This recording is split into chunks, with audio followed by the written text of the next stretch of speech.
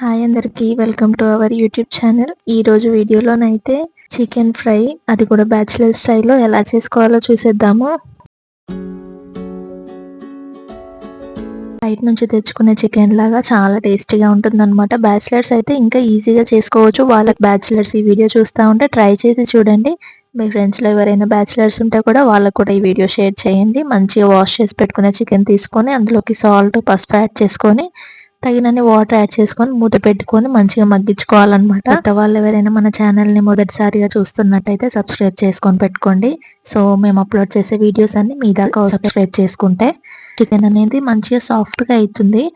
Direct fry చేయడం కన్నా ఇలా వాటర్ వేసి కొద్దిగా పసుపు, ఉప్పు వేసి బాయిల్ చేయడం వల్ల చికెన్ అనేది మంచి సాఫ్ట్గా ఉంటుందన్నమాట. మనం డైరెక్ట్గా ఆనియన్ అవన్నీ వేసి వేయించడం వల్ల ఏంటంటే ముక్క అనేది క్విక్గా ఇరిగిపోతుంది.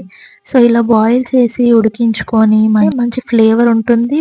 అండ్ తిన్నా కొద్దీ ఇంకా తినాలనిపిస్తుంది అనమాట.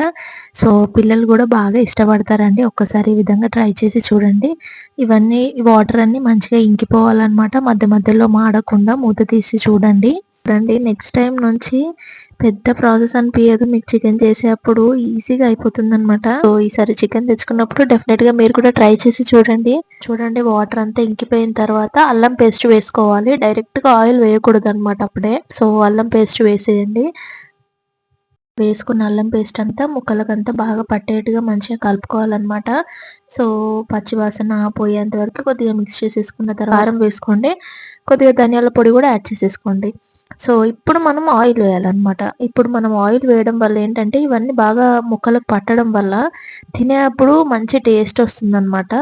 ఇందులోకి సన్నగా తరిగి పెట్టుకున్న ఆనియన్ అండ్ అలానే పచ్చిమిర్చి కూడా యాడ్ చేసేసుకోండి. 2 లేదా 3 పచ్చిమిర్చి కూడా యాడ్ చేసేసుకోండి. మనము బాయిల్ చేసి ఇలా ఫ్రై చేసుకుంటున్నాం కదా, ఇప్పుడు ఫ్రై చేసుకునేటప్పుడు ముక్కలేం మెత్తబడిపోవండి, మగ్గిపోతాయేమో అనే టెన్షన్ ఏమి ఉండదన్నమాట.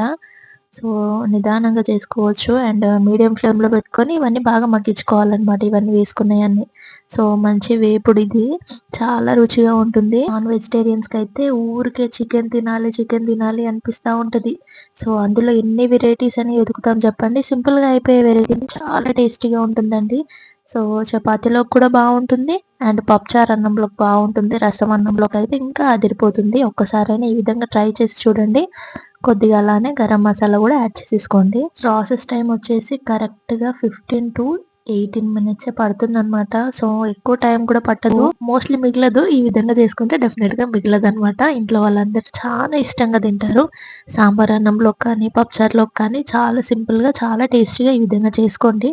చికెన్ తెచ్చుకున్నప్పుడు 10 రెసిపీలు యూట్యూబ్లో సెర్చ్ చేసి చూసే బదులు ఇంత సింపుల్గా చేసుకోవచ్చు అనమాట. బ్యాచిలర్స్కి అయితే టైమే ఉండదు అసలు.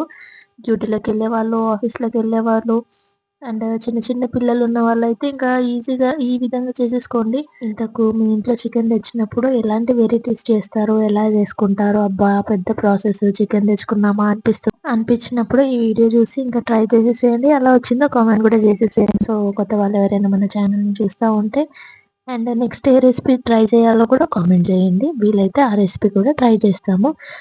చూడండి లాస్ట్కి కొద్దిగా కొత్తిమీర వేసుకోండి. ముక్క చూడండి ఎక్కడ విరిగిపోలేదు, ఎంత సాఫ్ట్గా ఉందంటే ఇప్పుడు ఈ వీడియో చూస్తూ ఉంటే కూడా అరే ఇంకా ఉంటే బాగుండు తినాలనిపిస్తుంది అన్నట్టుందన్నమాట. ఈ వీడియో ఎవరైనా కొత్త వాళ్ళు చూస్తూ ఉంటే మన ఛానల్ని సబ్స్క్రైబ్ చేసుకొని ఈ వీడియోకి ఒక లైక్ ఇవ్వండి. మీ ఫ్రెండ్స్ అండ్ రిలేటివ్స్కి మన వీడియోస్ షేర్ చేయండి. ఇంకా ఇందులోకి ఇంకా స్పెషల్ ఇంగ్రీడియంట్స్ ఏం లేవు, అంతే అండి, చాలా సింపుల్. నెక్స్ట్ రెసిపీ కామెంట్ చేసి మన ఛానల్ని సబ్స్క్రైబ్ చేసుకోండి. Thank you, bye bye.